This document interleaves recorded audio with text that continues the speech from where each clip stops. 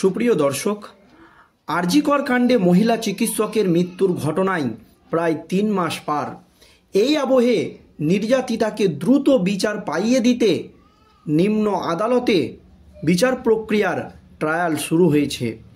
এই আবহে ধৃত সিভিক ভলেন্টিয়ারকেই আরজিকর কাণ্ডে খুন ও ধর্ষণের ঘটনায় মূল অভিযুক্ত হিসাবে দাবি করেছে কেন্দ্রীয় তদন্তকারী সংস্থার সিবিআই আধিকারিকরা।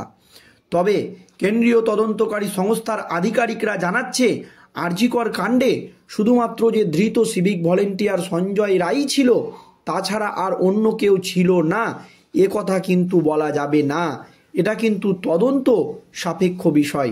আর কেউ ছিল কিনা তা তদন্ত চালিয়ে দেখছে কেন্দ্রীয় তদন্তকারী সংস্থার সিবিআই আধিকারিকরা। কিন্তু নিম্ন আদালতে আরজিকর কাণ্ডের মূল অভিযুক্ত ধৃত সিভিক ভলেন্টিয়ারকে তুলতেই মুখ খুলেই বিস্ফোরক দাবি করেছেন তিনি দাবি করছেন তাকে চক্রান্ত করে ফাঁসানো হচ্ছে। তাকে ফাঁসাচ্ছেন কলকাতার পুলিশ কমিশনার বিনীত গোয়েল এবং তাকে সাপোর্ট করছে সরকার। আর এই দাবির পর অস্বস্তিতে পড়েছে প্রাক্তন পুলিশ কমিশনার বিনীত গোয়েল এবং রাজ্যের শাসক দল তৃণমূল কংগ্রেস, যে কেন বারবার সঞ্জয়ের মুখে বিনীত গোয়েল এবং সরকারের কথা শোনা যাচ্ছে। যদিও আরজিকর কাণ্ডে প্রথম থেকেই তথ্য প্রমাণ লোপাটের অভিযোগ তুলেছিল বিনীত গোয়েলের বিরুদ্ধে জুনিয়র ডাক্তাররা। আর এই নিয়ে কোর্টে যখন একেবারে হুলস্থুল কাণ্ড, তখন মুখ খুলেই বিস্ফোরক মন্তব্য করলেন অরিত্র দত্ত বণিক। আর অরিত্র দত্ত বণিকের মন্তব্যের পর রাজ্য রাজনীতিতে নতুন করে শোরগোল পড়ে গেল। কি হয়েছে এক্স্যাক্টলি আজ কোর্টে দেখুন দর্শক। সোশ্যাল মিডিয়ায় চাঁচাছোলা বক্তব্যের জন্য হর হামেশাই চর্চায় থাকেন অরিত্র দত্ত বণিক। একসময় শিশু শিল্পী হিসাবে বাংলা ছবির পর্দা কাঁপিয়েছেন অরিত্র। এখন অবশ্য ক্যামেরার পেছনে কাজ করেন, পাশাপাশি রিসার্চের কাজেও মগ্ন তিনি। আরজিকর কাণ্ড মামলার বিচার প্রক্রিয়া ইতিমধ্যেই শুরু হয়েছে শিয়ালদাহ সেশন কোর্টে।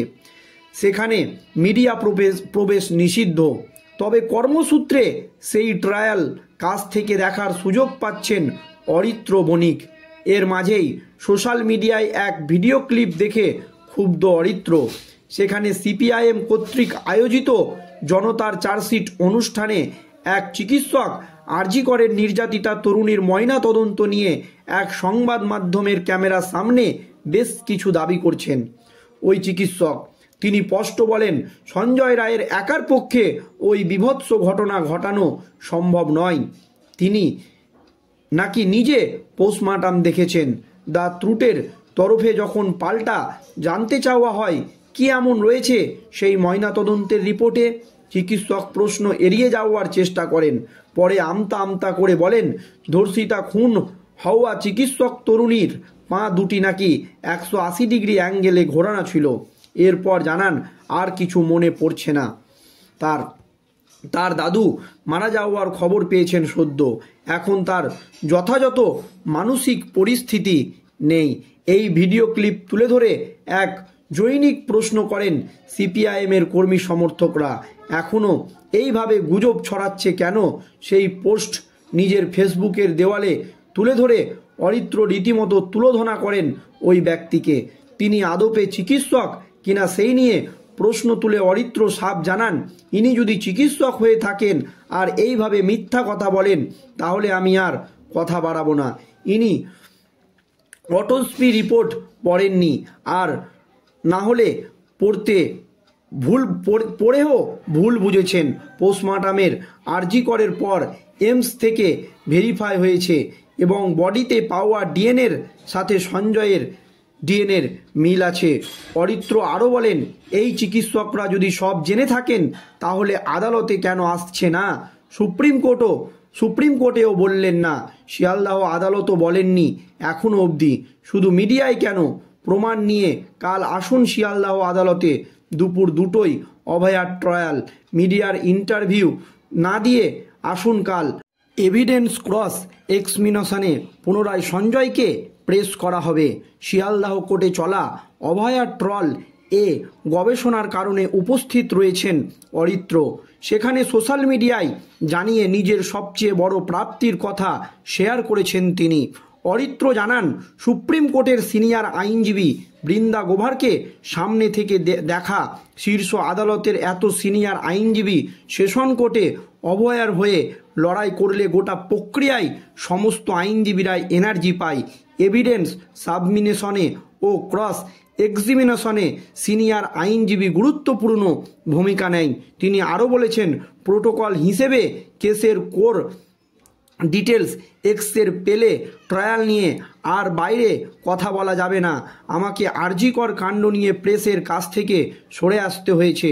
শুধু মনে রাখবেন, ভারতীয় সংবিধানের কাছে এই ধরনের ক্রিমিনালদের কৃতজ্ঞ থাকা উচিত যে ঘন্টার পর ঘন্টা একজন ধর্ষককেও নিজেকে ফিল্ড করতে সময় দেওয়া হয়। বহু বছর পর যদি এই মামলার কেস ডায়েরি প্রকাশ করা হয়, মানুষ দেখে আশ্চর্য হবে যে যৌন লালসার জন্যে জীবনের শেষ মুহূর্ত অবধি ঠিক কী ভয়ানক অত্যাচার চালানো হয়েছিল একটি মেয়ের ওপর। কোনো সুস্থ মানুষ আসল কেস ডায়েরি পড়লে নিজের রাগ চেপে ধরে রাখতে পারবেন না। এইটুকু বলে রাখি, আজ ফের শিয়ালদাহ কোর্টে চলবে এই মামলার শুনানি। অরিত্র জানিয়েছেন, আজকের শুনানির শেষে মাননীয় বিচারক শ্রী অনির্বাণ দাস একটি হেভিন্স আইডিয়া দেবেন, দ্রুত যাতে বিধান আসে। আর এখান থেকেই প্রশ্ন উঠছে, অরিত্রর এই কথা থেকেই প্রশ্ন উঠে যাচ্ছে, তাহলে কেন এই ধরনের গুজব ছড়ানো হচ্ছে অরিত্রের কথায়? তাহলে কি আরজিকর কাণ্ডে ধৃত মূল অভিযুক্ত সিভিক ভলেন্টিয়ার সঞ্জয় রায়? তবে কেন্দ্রীয় তদন্তকারী সংস্থার সিবিআই আধিকারিকরা তাদের চার্জশিটে সঞ্জয় রায়কেই মূল অভিযুক্ত বলে জানিয়েছেন। কিন্তু এতদিনে যেভাবে ধৃত সিভিক ভলেন্টিয়ার সঞ্জয় রায় মুখ খুলছেন বা যেভাবে তিনি প্রকাশ্যে কলকাতার প্রাক্তন পুলিশ কমিশনার বিনীত গোয়েলের নাম বলছেন এবং তাদেরকে সরকার সাপোর্ট করেছে, এগুলো নিয়ে কিন্তু প্রশ্ন উঠতে শুরু করে দিয়েছে।